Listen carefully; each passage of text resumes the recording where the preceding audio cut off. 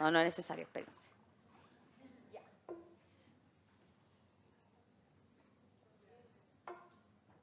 Bueno, agradezco mucho la invitación.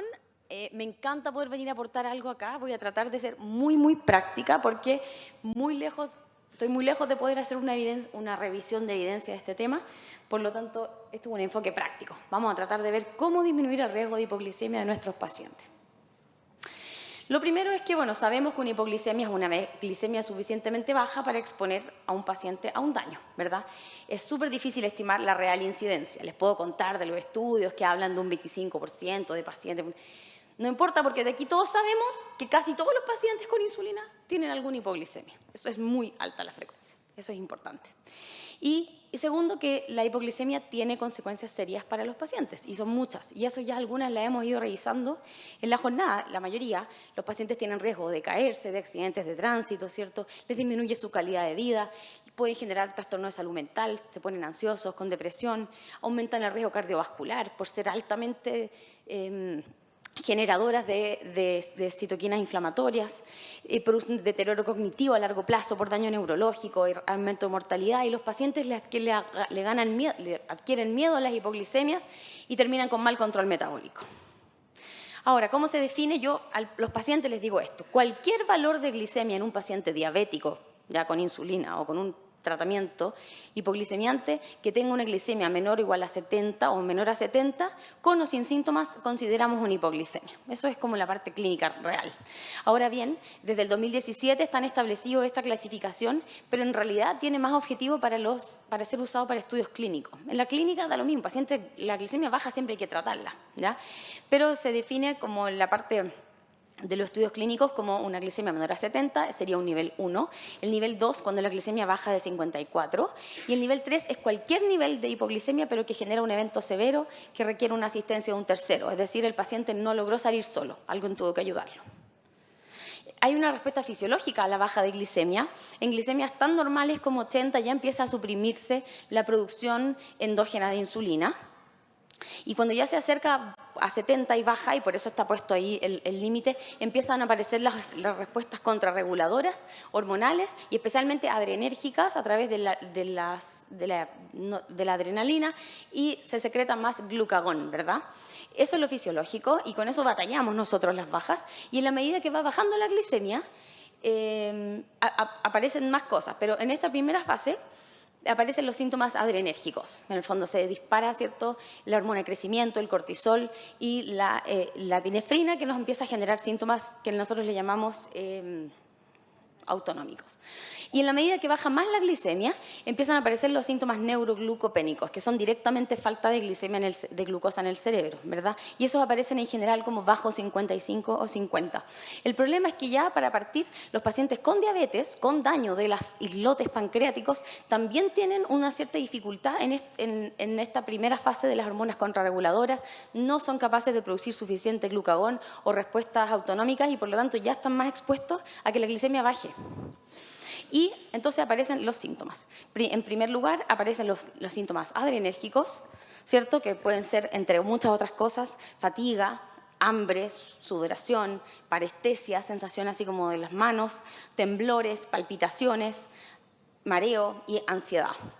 Y en la medida que la glicemia ya baja más, aparecen los neuroglucopénicos, que puede ser visión borrosa, visión doble, cefalea, alteraciones de nivel de conciencia o también alteraciones sutiles del comportamiento, debilidad, mareos y otros. Entonces, ¿cuál es la forma correcta de manejarlos? Si el manejo depende no de la severidad de la glicemia, depende de la conciencia del paciente. Si el paciente está consciente y es capaz de tratar su hipoglicemia por boca, lo primero siempre es documentar la hipoglicemia con hemoglucotest. Es importante, es una forma de decir que estuvo ahí para poder manejarla correctamente, para saber qué ocurrió y qué vamos a hacer. Así que siempre primero el hemoglucotest si está disponible. Y después viene la regla del 15-15-15, más o menos, que es 15 gramos de glucosa, suben más o menos 15 miligramos por decilitro la glicemia y se controla en 15 minutos. Eso es como lo más fácil. Ahora bien, ¿qué sirve? Tiene que ser glucosa rápida, que llegue rápidamente al cerebro. Ya puede ser agua, o sea, 15 gramos diluidos son 3 cucharaditas de azúcar diluidos en un vaso de agua, puede ser una porción de jugo, puede ser a veces algún caramelo de muy rápida absorción, venden también pastillas de glucosa. ¿Qué no sirve? No sirve comerse un pancito. Y los pacientes lo aprovechan, porque es como, estoy bajo, voy a la cocina y me como un plato de cereales con leche. Yo lo digo porque a mí me encantan los cereales, es terrible, es como mi debilidad. Entonces, ¿y qué pasa con eso en realidad? Comer tallarines, comer chocolate. Tienen dos problemas. Primero, la absorción no es suficientemente rápida. Entonces, los pacientes se mantienen en hipoglicemia cerebral por más tiempo. Y eso genera daño. Entonces, no sirve. ¿Ya? ¿Por qué? Porque está mezclado con otros nutrientes, con grasa, que retrasa la absorción, qué sé yo, pero se demora más. Y lo segundo, que es súper importante, es que la comida sobretrata la hipoglicemia. El objetivo del tratamiento de la hipoglicemia no es tirar al paciente a 300, eso es mucho peor, le genera variabilidad glicémica. El objetivo del tratamiento es tirar la glicemia a 90, al momento feliz. Y para eso no se necesita ni un sándwich ni un helado, se necesita 15 gramos de glucosa para subir 15 miligramos por decilitro, ¿ya? Y a los 15 minutos se controla la glicemia. Este proceso se puede repetir varias veces que sea necesario hasta lograr salir de 70. Y cuando ya se estabilizó, se puede indicar una pequeña colación para evitar la recaída. Estamos hablando de un lácteo, una fruta o algo así, no una fruta, una rebanada de pancito, ¿ya? No una porción de torta. Y si el paciente no está consciente, ahí recién corresponde el tratamiento a través de glucosa endovenosa directamente o de administración de glucagón subcutáneo. Y por supuesto traslado a un servicio asistencial. Hasta ahí parece fácil, listo, hipoglicemia, lo tratamos, nos vamos, ¿para qué nos quedamos aquí? Pero en realidad hay más cosas que necesitamos tratar. Primero hay algún factor que corresponde, que es la medición de glucosa no siempre es tan confiable. Sabemos que los glucómetros tienen una cierta variabilidad, pero en niveles más bajos esa variabilidad es significativa, por lo menos de 15 miligramos por decilitro es lo que está establecido en la FDA. Entonces, en verdad, podría ser que no fuera tan creíble. Y por otro lado, los famosos sensores, que los queremos mucho, yo los tengo mucho cariño, pero tienen sus problemas. Es como el marido, como bueno, pero bueno. Los sensores hemos visto todos en la práctica clínica que tienen cierto riesgo de mostrar falsas hipoglicemias. Cuando están recién instalados, como que están pegados abajo. ¿Ya? No sé por qué, pero es así, es porque se están autoajustando. Segundo, también se ha visto paciente que duerme arriba del brazo, entonces se isquemia la piel del brazo y también marca una baja falsa. Y las bajas falsas son terribles, los pacientes parten a comer, entonces termina generando hiperglicemia. ¿Ya? Y también recuerden, y no sé si esto se vio, pero que los sensores tienen un retraso porque miden glicemia intersticial, no de la sangre. ¿Ya? Entonces también hay que considerar eso. Yo puedo decir en mi sensor, me siento raro, pero mi sensor dice 90, pero en verdad yo ya estoy en 60. ¿Ya? Ya. Y otra cosa, no todos los pacientes tienen síntomas con la misma glicemia. ¿Ya? Pacientes que viven con glicemia en 400 pueden sentir síntomas, esto lo dijo creo que el doctor Donoso, creo, con glicemia en 100. Y también existe esto de que los pacientes que han tenido hipoglicemias repetidas, por una cosa fisiopatológica, les va bajando el umbral de estimulación del sistema adrenérgico. Por lo tanto, el paciente ya no presenta síntomas adrenérgicos con glicemias bajo 70, sino que cae directamente a los síntomas neuroglucopénicos cuando su glicemia ya bajó de 55. Y este síndrome, que puede empezar a autorrepetirse, porque el paciente ya no siente la hipoglicemia, entonces más hipoglicemia genera, se llama desensibilización a la hipoglicemia o falla autonómica. No confundir con la neuropatía, no, con la disautonomía como complicación crónica, porque esa es irreversible, es un daño. Esto no, esto es una patología reversible, que es como de entrenamiento de la respuesta. Entonces, cuando uno puede hacer una intervención intensiva al paciente a través de evitar a toda costa todas las hipoglicemias y el paciente vuelve a sentir las hipoglicemias. Esto es una patología más característica de la diabetes 1, pero como un 10% de los pacientes con diabetes tipo 2, usuarios de insulina, igual la presentan. ¿Ya? En este caso es importante controlar más el hemoglucotest, aumentar la meta, probablemente sobre 100%, aunque sea por un tiempo, para evitar al máximo las caídas, de manera que el paciente se vuelva a ajustar al nivel normal. Esto requiere ajustes de tratamiento, por supuesto, puede requerir suspensiones o no, disminución de insulina y, por supuesto, reeducar al paciente. Aquí vamos a hablar de educación casi todo el rato. ¿Ya? ¿Cuáles son los factores de riesgo clásicos descritos de hipoglicemia inducida por insulina? El primero, y en verdad el que hay que entender, y el que yo siempre trato de que entendamos, es el de la duración de diabetes. ¿Por qué? En la medida que el paciente tiene diabetes hace muchos años, se le va deteriorando su secreción endógena de insulina. Las células beta se van dañando.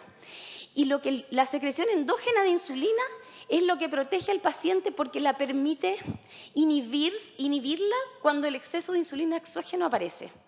¿Se entiende? Entonces, cuando el paciente ya no produce su propia insulina, no tiene con qué inhibir. Entonces, directamente cae a la contrarregulación y es más probable que haga hipoglicemia. Cuando eso es. Y uno ve que esos pacientes empiezan a parecer más a los diabéticos tipo 1, que tienen variabilidad. Hacen más bajas y hacen más altas también. Por supuesto, el tratamiento con insulina y con sulfonilureas, ¿cierto? La duración de la terapia con insulina también se asocia. La historia de hipoglicemias previas, y especialmente si han sido severas. La presencia de enfermedad renal crónica, que ya lo vimos súper bien hace un par de clases, ¿verdad? Y la mayor edad, la fragilidad y el deterioro cognitivo por errores. Pero ahora, eso es la parte como del libro. Pero a mí me gustaría parar aquí un ratito, por suerte me queda un ratito, para hablar sobre las cosas más reales. ¿Qué pasa acá realmente en nuestra vida? En los pacientes que recibimos, en los que tenemos en tratamiento con insulina. Piénsenlo, yo voy a tomar agua.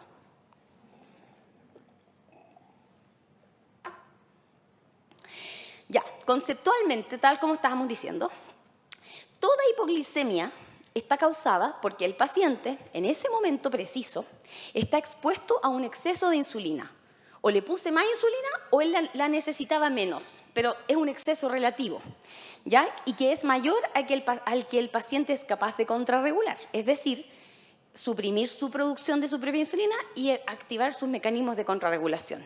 Si le sobró más insulina que eso, va a ser una hipoglicemia. Y puede tener miles de causas. Aquí puse algunas. Por ejemplo, bebió alcohol. El alcohol se asocia a disminución de glicemia tardía. Fue a caminar al centro, caminó mucho, le sobró insulina porque la quemó glucosa, le hizo una hipoglicemia. Yo le indiqué mucha insulina, le calculé 0,3, estaba orgullosa, pero no le achunté, hizo hipoglicemia. El paciente se puso insulina porque se equivocó, se puso más, se puso 2 veces, todo lo que han visto ahora. El paciente ese día comió menos de lo normal, estaba en ayuna, se fue a hacer un escáner en ayuna, lo que fuera, se sentía mal, le dolía la guata. Se puso la insulina igual, hipoglicemia, le sobró insulina. ¿Ven? El paciente bajó de peso. Lo que decíamos, la dosis de insulina en verdad es por peso. Entonces necesita menos insulina que antes y está haciendo hipoglicemia. Al paciente se le acumuló insulina porque está con falla renal, lo mismo, otra causa. O el paciente se le indicó la insulina a un vecino, porque sabe mucho ese vecino. Así que se puso la misma dosis que el vecino.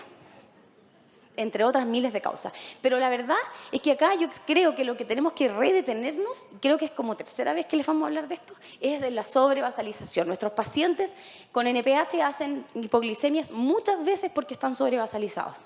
Y esto yo sé que ya lo hablaron, pero yo creo que nunca es suficiente. Yo se los voy a volver a explicar.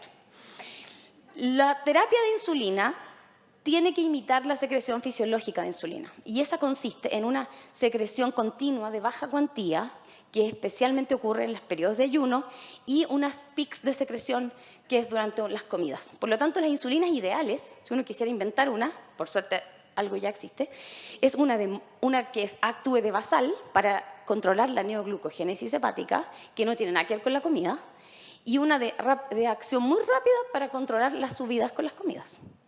Y lo que pasa es que cuando uno indica NPH, empieza a jugar un poco con ese problema. La NPH no se parece ni a una insulina rápida ni a una basal realmente, tiene un poco de pic. Entonces, ¿qué pasa con los pacientes que tienen mucha NPH? Este famoso 2/3, 1/3, que hay que usarlo con cuidado porque empieza a pasar esto, ¿ya? El paciente se pone su NPH en la mañana. Igual le sube la glicemia al desayuno, porque la NPH no alcanza a hacer efecto al desayuno. Entonces hace una hiperglicemia. Pero después, a media mañana, el paciente está expuesto a una liberación de NPH que no necesita. Ahí está expuesto a una hipoglicemia. En la práctica real, la mayoría de los pacientes no hacen hipoglicemia aquí porque quedaron en 300 después del desayuno.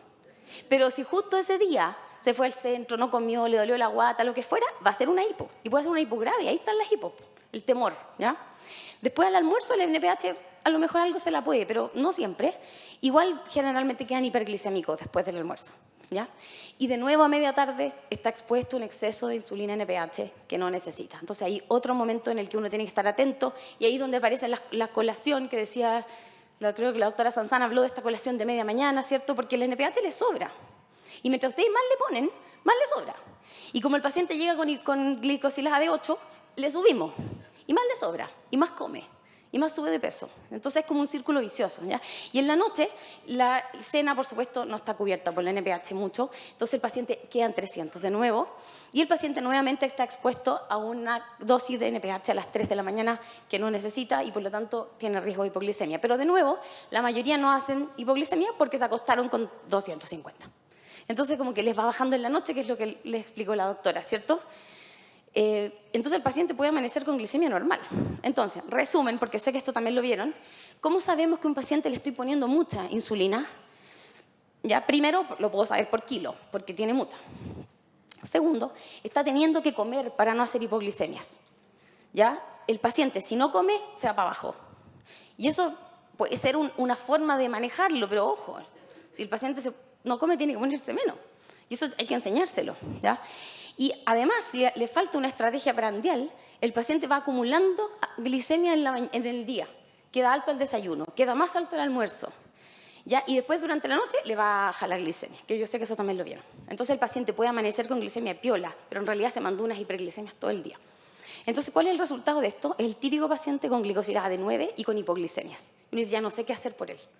Le subo más, le subo más, le subo más y cada vez está peor. Y en realidad es porque hay que bajarle probablemente y buscar otras alternativas de tratamiento. Lamentablemente, yo sé que es difícil, pero la dieta, los hipoglicemiantes nuevos, no sé, el yoga, no sé, otra cosa.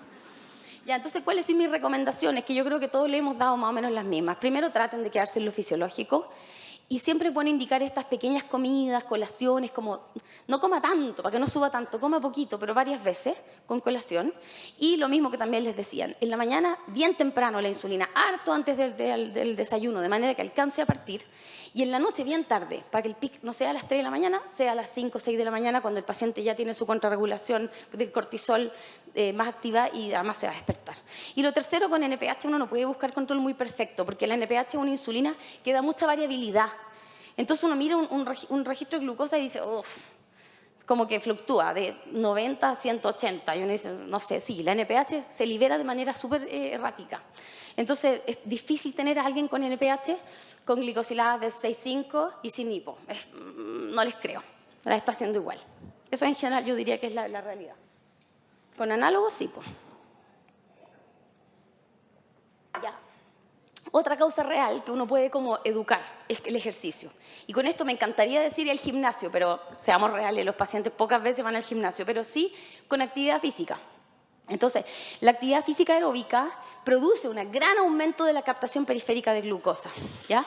Y induce una insulinosensibilidad que dura varias horas. Entonces, a los pacientes les sobra esa insulina, que en el fondo la glucosa se ocupó en los músculos en vez de ser, bueno, etcétera. Por lo tanto, ahí se le podemos sugerir distintas estrategias al paciente, ¿ya? Para cuando sabe que va a hacer más actividad física que lo normal en el fondo, eso es, ¿ya?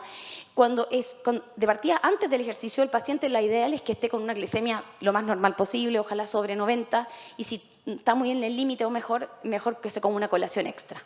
¿Ya? Y sí puede ser una buena estrategia cuando usan insulinas, sobre todo las prandiales, decirle que la reduzcan la anterior, como que se desguarden unos carbohidratos de antes que les sobraron o que se pongan menos insulina para que como que les quede ese extra para poder quemarlo. ¿Ya?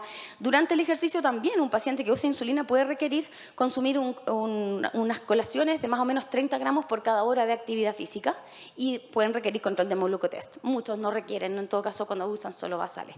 Y después del ejercicio también se puede requerir una colación para repletar los depósitos de glucógeno y también se puede requerir disminuir la siguiente dosis de insulina porque va a haber un periodo como de 18 horas que el paciente está expuesto a hipoglicemia por menos requerimiento. Entonces uno también podría decir póngase un poquito menos después. ¿Ya? Que se podría hacer con la NPH nocturna perfectamente. Cuando haga ejercicio en la noche, póngase la mitad, por ejemplo, o un 30% menos, por ahí. ¿Ya? Depende de la intensidad del ejercicio. Y la otra causa que a mi gusto es súper importante son las famosas lipodistrofias. ¿Ya? Que uno como que pierde el hábito de revisarle a todos los pacientes, pero uno debería todos los controles. A ver, muéstreme dónde se pone la insulina. Cuando el paciente me dice, me la pongo aquí, estamos pésimos. Porque significa que se la pone todas las veces ahí. Y en verdad la insulina hay que rotarla mucho más que eso.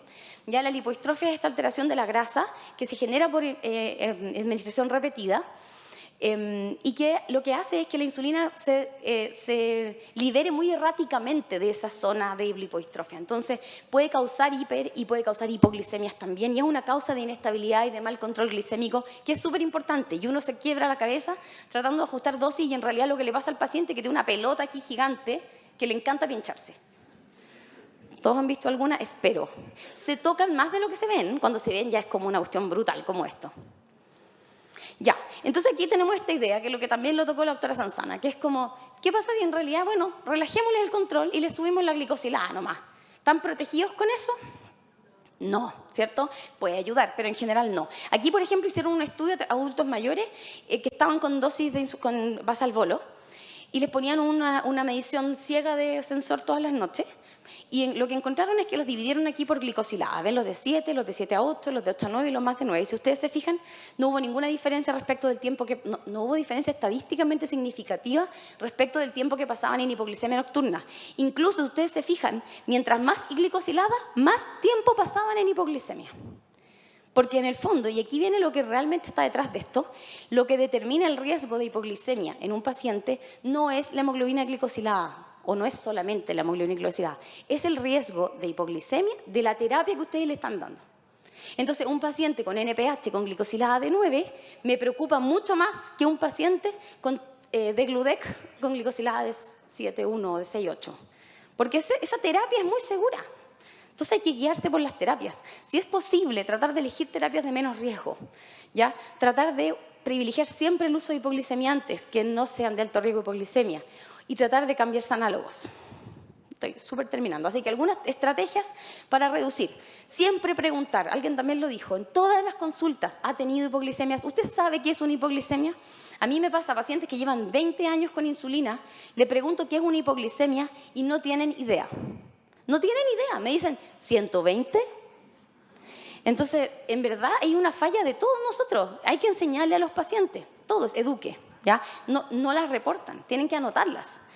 Pregunte cómo las maneja, el pancito, qué sé yo. Edúquelos, cómo se maneja una hipoglicemia, ¿por qué? Investigue cada causa de hipoglicemia, en qué momento fue del día. Trate de buscar patrones. Son en la mañana, son en la tarde, son después de comer, son cuando hago ejercicio, son cuando no, son todo eso, porque así logro encontrar una forma de mejorar la terapia. Y siempre tratar de que los pacientes con insulina tengan automonitoreo. Y esto suena obvio, pero yo sé que no es verdad. La gente en verdad en APS muchos no tienen, pero tenemos que pelear para que lo tengan, porque lo necesitan.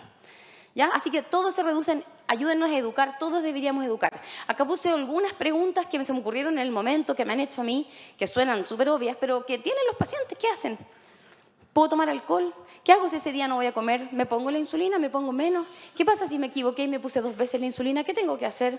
¿Qué pasa si se me olvidó la insulina? ¿Me la pongo más tarde? ¿Me pongo la mitad? ¿No me la pongo? ¿Qué hago si me sale una glicemia de 300? ¿Qué hago si me sale de 100? ¿Qué es una glicemia normal? Yo creo que todos los pacientes con insulina necesitan tener clarísimo qué es una glicemia normal. Porque se toman la glicemia y ¿qué hacen con eso? ¿Ya? Entonces, por lo menos quedar tranquilo, ya estoy en el rango, no estoy tan lejos del rango. Así que educación, yo creo que eso es. Gracias. Eso es.